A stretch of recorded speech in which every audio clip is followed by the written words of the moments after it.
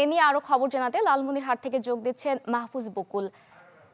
বকুল, নদী ভাঙনের কি পরিস্থিতি দেখছেন সেখানে?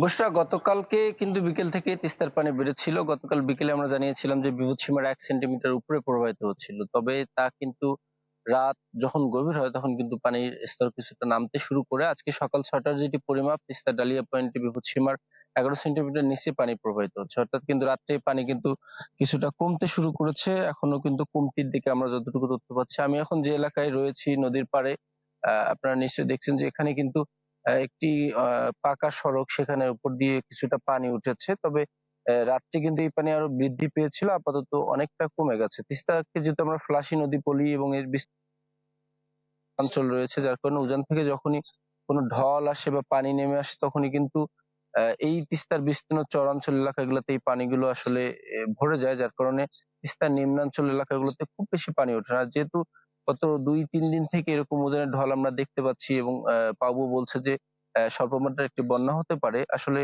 তার প্রভাব কিন্তু খুব বেশি পড়েনি, কেননা এই তিস্তার বিস্তীর্ণ চরাঞ্চল কিন্তু উজানের যে ঢল এগুলোকে, এই পানিগুলোকে অনেকটা গ্রাস করে ফেলছে, যার কারণে খুব বেশি ভোগান্তি, বন্যার যে চিত্র সেটি কিন্তু এই মুহূর্তে নেই। আমরা যেমনটি পাচ্ছি, এটি একবারে, আমি যেখানে রয়েছি এটি তিস্তার একবারে তিস্তার নিম্নাঞ্চল, চরাঞ্চলের নিম্নাঞ্চল এলাকা, যার ফলে এখানে কিছু জায়গায় কিন্তু পানি উঠেছে। এখন কিন্তু খুব বেশি নেই, পানি কিন্তু নেমে যাচ্ছে। হয়তো দুপুর বা বিকেল হতে হতে এই পানিটুকু নেমে আসবে। আর যেহেতু বর্ষাকাল, বৃষ্টির পানি হিসেবে তিস্তার পেটে যতটুকু পানি আসলে থাকবার কথা সেই পানি কিন্তু প্রবাহিত হচ্ছে। তিস্তার চরাঞ্চল গুলোতে কিন্তু পানিতে নিমজ্জিত আছে। সব মিলিয়ে ছিল লালমিয়াটের তিস্তার পানি বৃদ্ধির সবশেষ তথ্য। বুশরা। বকুল, আপনাকে ধন্যবাদ। দর্শক, ভাঙন আতঙ্কের খবর জানাচ্ছিলেন আমাদের সহকর্মী। এবার চলে যাব কুড়িগ্রামে। কুড়িগ্রামে আছেন আমাদের সহকর্মী গোলাম মোল্লা সিরাজ।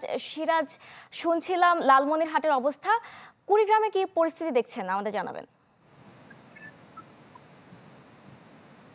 বুশরা, কুড়িগ্রামের যে নদীগুলোর পানি বাড়ছিল এর মধ্যে দুধকুমারের পানি কমছে, বাকি ধরলা, তিস্তা, ব্রহ্মপুত্রের পানি কিন্তু এখনো বাড়ছে।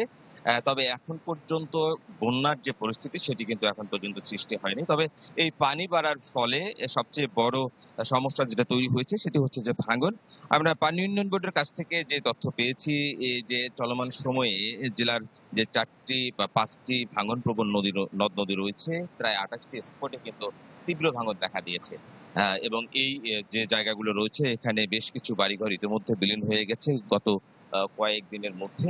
এবং পানি উন্নয়ন বোর্ড যেটা বলছে যে এখন পর্যন্ত তারা 21টি স্পটে জরুরি ভিত্তিতে কাজ করার চেষ্টা করছে বা বরাদ্দ পেয়েছে। বাকি যে জায়গাগুলো রয়েছে সেগুলোর জন্য বরাদ্দ চাওয়া হয়েছে। যদি বরাদ্দ পায় তাহলে জরুরি ভিত্তিতে মূলত বালু ভর্তি জিও ব্যাগ ফেলে এখানে ভাঙন ঠেকানোর চেষ্টা করবে তারা। বাকি স্পট গুলোতে তারা যেভাবে চেষ্টা করছে ভাঙন ঠেকানোর জন্য।